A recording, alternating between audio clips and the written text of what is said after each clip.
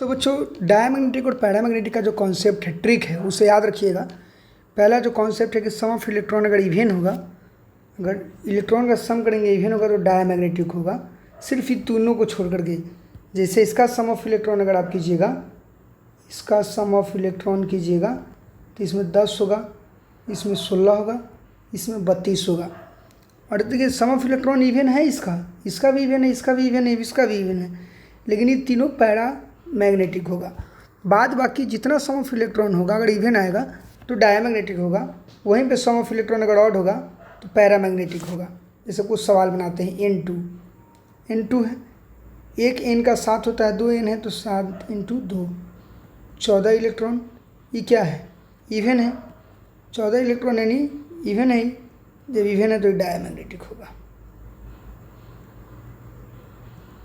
लेकिन वही N2 पे प्लस कितना इलेक्ट्रॉन होगा इसमें? N2 यानी 14 और एक प्लस है तो एक माइनस 13। तो ये क्या हो गया? ऑड हुआ कि इवन होगा? ऑड हुआ। तो ऑड हुआ तो ये पैरामैग्नेटिक हो जाएगा। तो इस तरह से आपको याद रखना है बच्चों। Thank you, that's all.